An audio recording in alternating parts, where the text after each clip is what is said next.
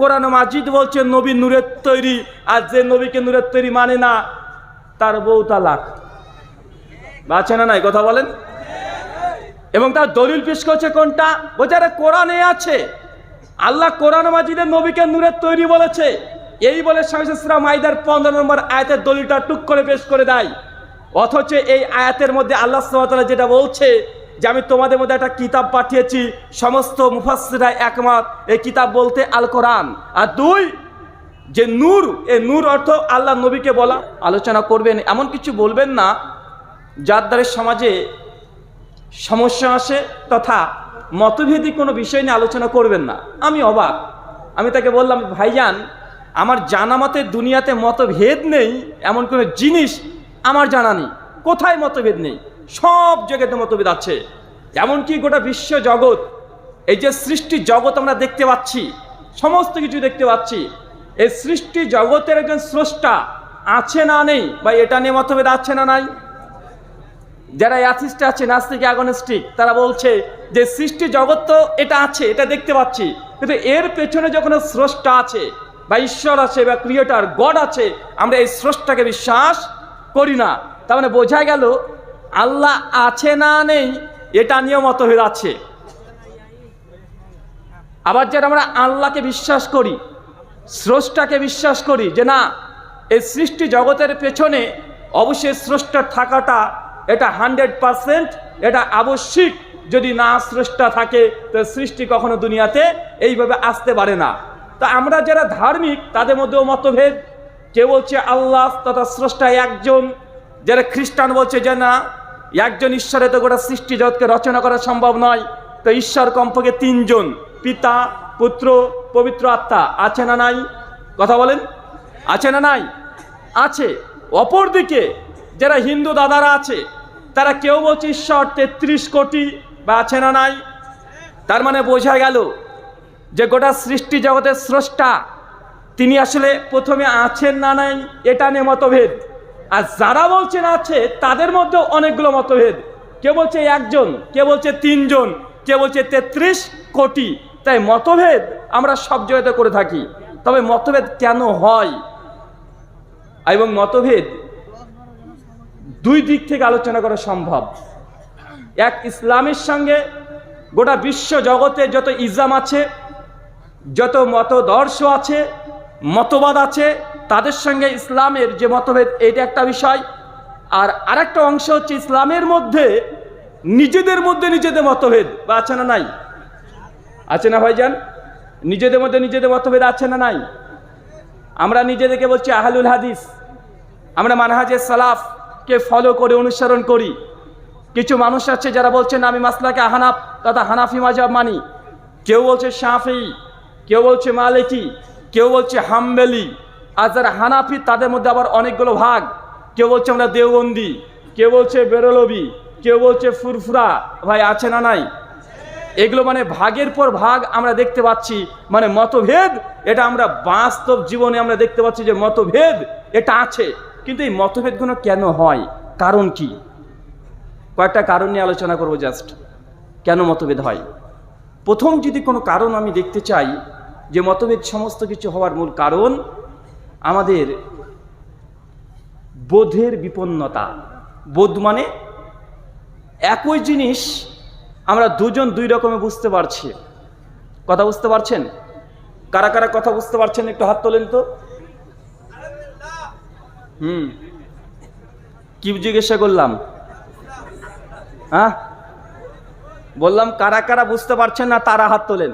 দেখছেন কারা তুলেছে, সব ধরা পড়েছে।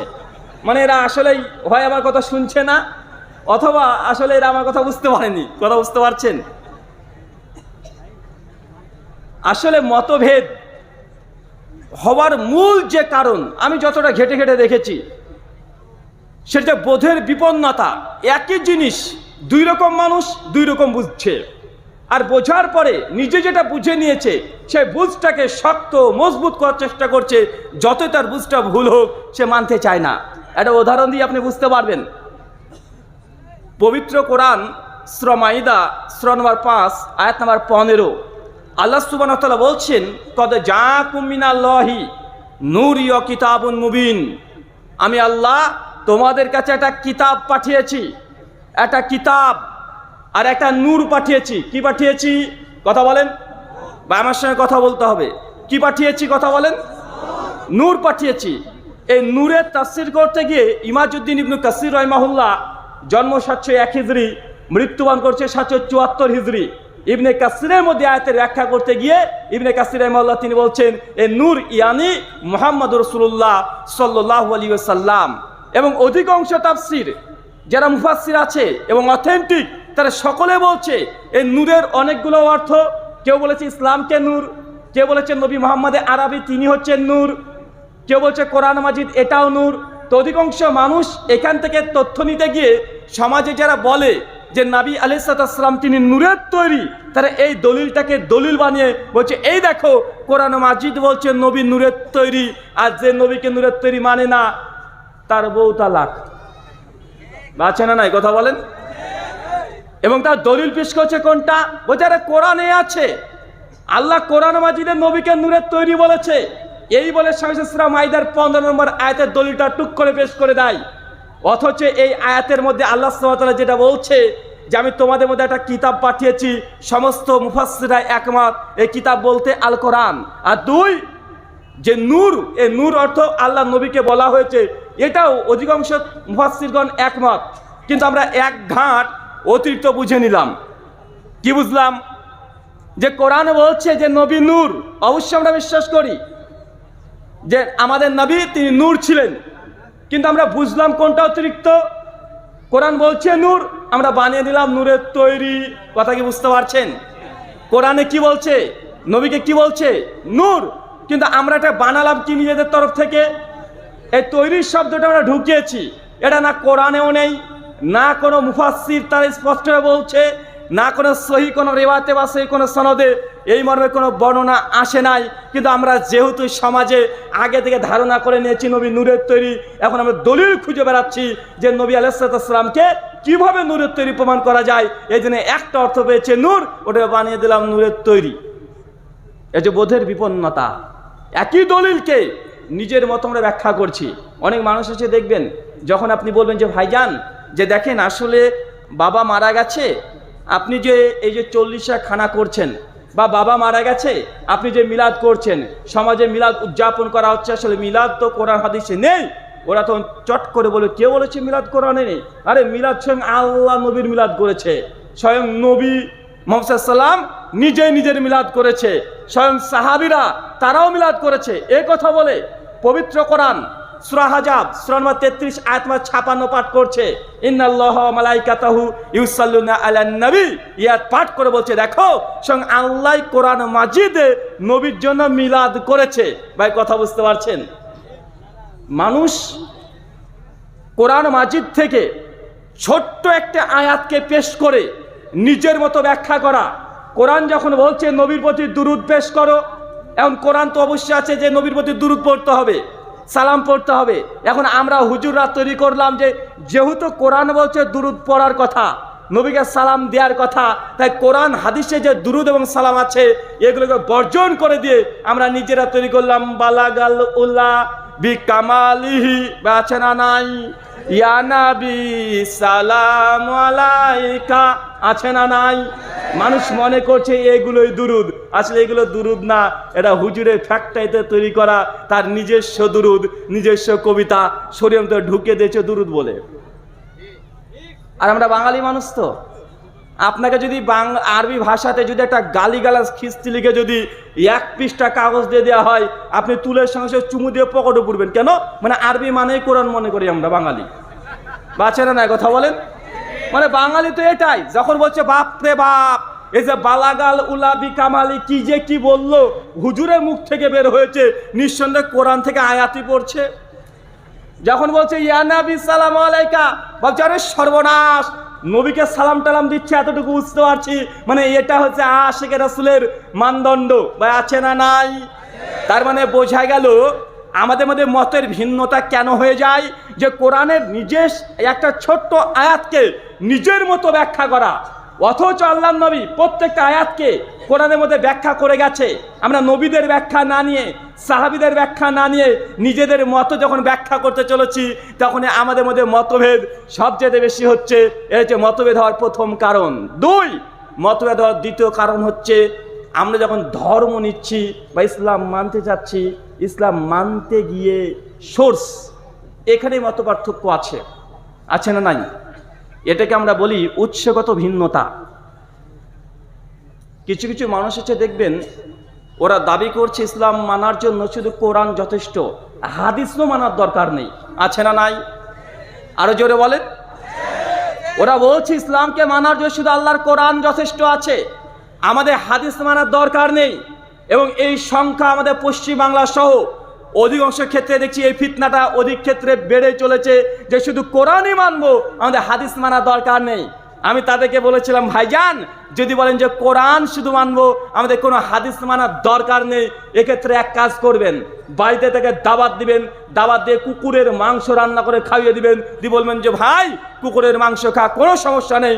সূরা মাইদার 1 নম্বর আয়াতে আল্লাহ চতুষ্পদ জন্তু জানোয়ারকে হালাল করেছে, কুকুরের মাংস হারাম, অন্তত কোরআন মাজিদে নাই। কথা বুঝতে পারছেন না ভাইজান? ও যদি মারা যায়, ও বেচা যদি মারা যায়, যারা বলছে কোরআন মানি হাদিস মানবো না, হাদিস হচ্ছে ইমাম বুখারীর ষড়যন্ত্র, ইহুদি খ্রিস্টানদের ষড়যন্ত্র।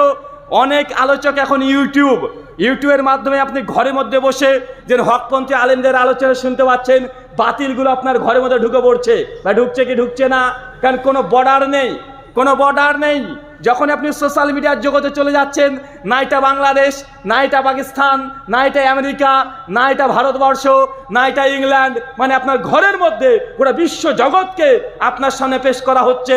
মানুষ আগে যেমন বিভ্রান্ত হওয়ার জন্য সমস্যা বা সুযোগ কম ছিল, এখন যেমন হেদায়েতের রাস্তাও অনেক, গোমরা হওয়ার রাস্তাও অনেকগুলো হয়ে গেছে, কি যায় নাই?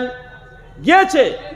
যারা বলছে যে আমরা শুধু কোরআন মানবো, হাদিস মানার দরকার নেই, তারা যদি মারা যায়, এমন কোনো মানুষ যদি থাকে, ও যদি মারা যায়, যেখানে মারা গেছে বেচারাকে ওইখানে রেখে দিবেন, কারণ মরার পরে কি করতে হবে কোরআনে নাই। কথা বুঝতে পারলেন না ভাই? না মাটি দেওয়ার কথা আছে, না জ্বালিয়ে দেওয়ার কথা আছে, না ওকে ছাদের উপরে তুলে রেখে দিবে, এই কথাই নাই। মানে যা মারা গেছে যেখানে, তুই ওখানে থেকে যা, মানে ওকে টাচ করা যাবে না। মরার পরে কি করতে হবে কোরআন মাজিদে কিছু নেই। একদম গোটা জানাজা থেকে শুরু করে মৃত্যুর পর বড় একটা অংশ কোরআনে কোনো আকার ইঙ্গিত পাওয়া যায় না। সূরা মাইদার 28-29 নম্বর আয়াতে শুধুমাত্র হাবিল আর কাবিল দুই ভাই যখন একে অপরকে হত্যা করেছে, একটা কাকের ঘটনা আছে, অতটুক ছাড়া আর কিছুই পাওয়া যায় না। আর সূরা তাওবার 13 নম্বর আয়াতে এতটুক পাওয়া যায়, যারা মুশরিক তাদের তুমি জানাজা পড়ো না। জানাজা কি মানে দোয়া, এখন দোয়া করা যাবে না, এতটুকু বুঝলাম। কিন্তু মরার পর ওই ব্যক্তির সঙ্গে কি আচরণ করতে হবে কোরআন মাজিদ আর এর চাইতে মানে কোনো আকার ইঙ্গিতে কোনো কিছুই নেই। যা আছে সব হাদিসে। হাদিস যদি না মানিস, তুই মরবি, ওখানে পড়ে থাক।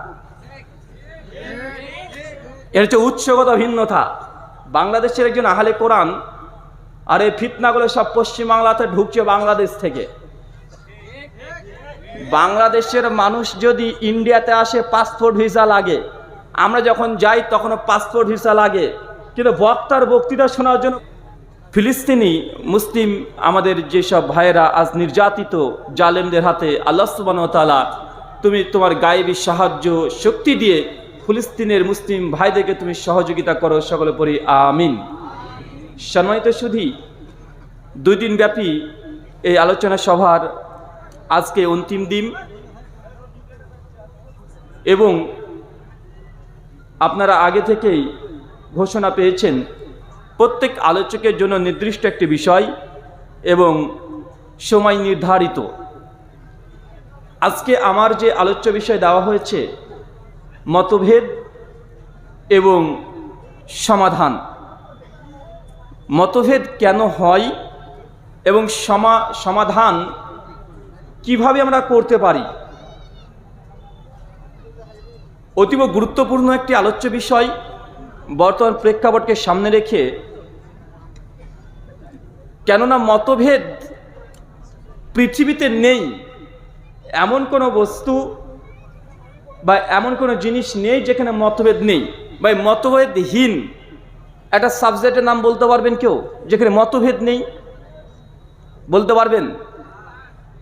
আমি এক জায়গায় আলোচনা করতে গিয়েছিলাম, তো আলোচনা পূর্বেই আমাকে সভাপতি সাহেব তিনি বলছেন যে রুহুল আমিন ভাই